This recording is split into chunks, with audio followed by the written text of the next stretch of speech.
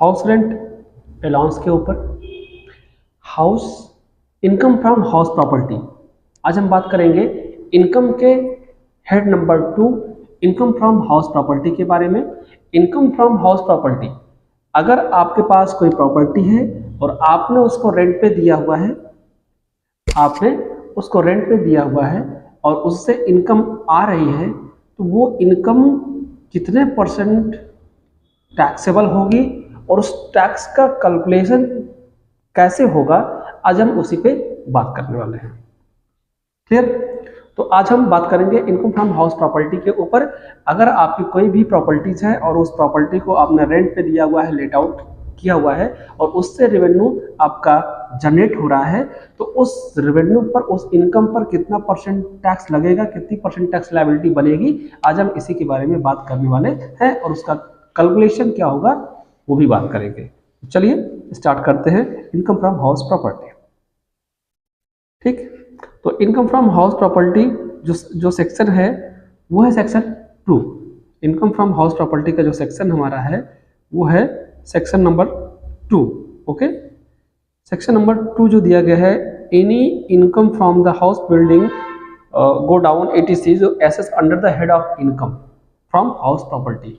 आप कोई भी प्रॉपर्टीज, वो मकान हो, हाउस हो, बिल्डिंग हो, अपार्टमेंट हो, कोई भी प्रॉपर्टी आप रेंट पे दिए हैं, उसकी जो इनकम निकल के आएगी वो निकल के आएगी इनकम फ्रॉम हाउस प्रॉपर्टी के ऊपर। क्लियर? चलिए नेक्स्ट बात करते हैं सेक्शन नंबर 23 हाउस प्रॉपर्टी का क्या कहता है। सेक्शन नंबर 23 क्या कहता है, ठीक ना? तो चलिए, कंडीशन हमारी क्या होती है? पहली होती है let out of tenant, let out मकान, ऑक्युपाइड मकान, यूज्ड बाय एसएससी जो बिजनेसमैन खुद यूज कर रहा है, और used for own business profession, मतलब एक मकान है जिसको आपने रेंट पे उठा रखा है। दूसरा, वही मकान अगर आपने स्वयं के रहने के लिए रखा हुआ, खुद उसमें आप रह रहे हो। तीसरा, उसी मकान को आप अपने स्टोर रूम के लिए यूज कर रहे हो, उसमें अपने गुड्स और एसेट रखे हुए हो। Next, use for own business, अगर आप उस मकान पे अपने ऑफिस, अपना दुकान, अपना बिजनेस ओपन किए हो, तो वो आपकी एक कंडीशन है, ठीक ना? तो अगर हम लेट आउट और ओन ऑक्यूपाइड की बात करें, तो लेट आउट और ओन ऑक्यूपाइड के केस में क्या होता है, comes and asset under the head of income from house property. ये दोनों क्या आएंगे? इनकम फ्रॉम हाउस प्रॉपर्टी के अंतर्गत आएंगे। नेक्स्ट है कि अगर आपने उसमें स्टॉक रख रखे हैं और आप खुद उसमें बिजनेस कर रहे हैं, तो ये इनकम कहाँ ऐड होगी? ये इनकम ऐड होगी income from business and profession के अंतर्गत। क्यों? क्योंकि वो बिजनेस का, वो प्रॉपर्टी का यूज क्या हो रहा है? बिजनेस में हो रहा है, इसलिए उसका यूज कहाँ होगा?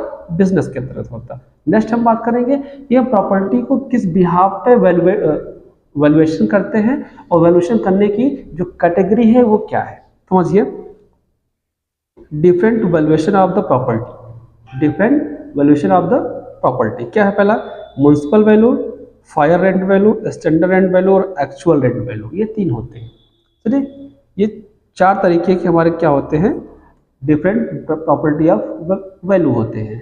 फिर valuation of the property made by the local municipal authorities, जहाँ जिस एरिया में आपका मकान है, उस मकान की जो लोकल अथॉरिटीज है, म्युनिसिपल है, नगर निगम है, नगर पंचायत है, वो क्या करती है? उस वैल्यू की, उस प्रॉपर्टी की एक्चुअल वैल्यू कैलकुलेट करती है। नेक्स्ट है fair rent, rental value, valuation of the property made on the basic of the some of of सम टाइप ऑफ प्रॉपर्टी। ये क्या होता है? Fair rent value. Fair rent क्या होता है भाई? कि एक्चुअल आपके प्रॉपर्टी के साइज के हिसाब से जो एक्चुअल रेंट बनता है, वो रेंट वहां पे दिखाया जाता है। नेक्स्ट है standard rent, it is the valuation of the property made on the basis of the rent determined of the rent control act of the state। Standard rent क्या है? कि उस स्टेट, जिस स्टेट में हो, उस स्टेट के गवर्नमेंट के द्वारा जो एक्चुअल स्टैंडर्ड रेंट निर्धारित किया गया है, फिक्स किया गया है, वो क्या होता है? स्टैंडर्ड रेंट होता है। अगला है एक्चुअल रेंट रिसीव्ड। अब ये क्या है? जो पैसा आपको रेंट के थ्रू मिल रहा है, एक्चुअल जो पैसा आपको मिल रहा है, वो क्या हो गया? एक्चुअल रिसीव्ड हो गया। It is the some of the property made on the basis of rent received from rental person. जो रेंट पर्सन के द्वारा आपको एक्चुअल वैल्यू मिल रही है वह क्या होती है, एक्चुअल रेंट होता है। क्लियर। नेक्स्ट पॉइंट करते हैं, what is the annual value. Section 23, annual value क्या होता है भाई, तो it is the value for which property can be let out from year two year. जो रेंट पे देने के बाद जो इनकम जनरेट होती है 12 महीने बाद जो वैल्यू निकल के आएगी 2,40,000, इसी को बोलते हैं annual value. Clear. How to determine the adjustable annual value, section 23 क्या होता है भाई, समझिए। जो वैल्यू निकल के आई gross annual value of the properties, जो पूरे साल में रेंट निकल के आया, सपोज हमने मान लिया कि 2,40,000 रुपये का रेंट आया और less municipal tax paid by the owner, जो म्युनिसिपल टैक्स वहाँ की अथॉरिटी को पे किया गया। क्लियर। उस अथॉरिटी को पे करने के बाद जो चीज़ें निकल के आई उसे बोलते हैं एनुअल वैल्यू। क्लियर। हम मान लें कि 2,40,000 था तो 40,000 हमने म्युनिसिपल टैक्स पे कर दिया और जो वैल्यू निकल के आई वो 2,00,000 रुपये, तो 2,00,000 रुपये हमारा क्या हो गया, एनुअल वैल्यू हो गया। क्लियर। नेक्स्ट आते हैं, हाउ टू डिटरमाइन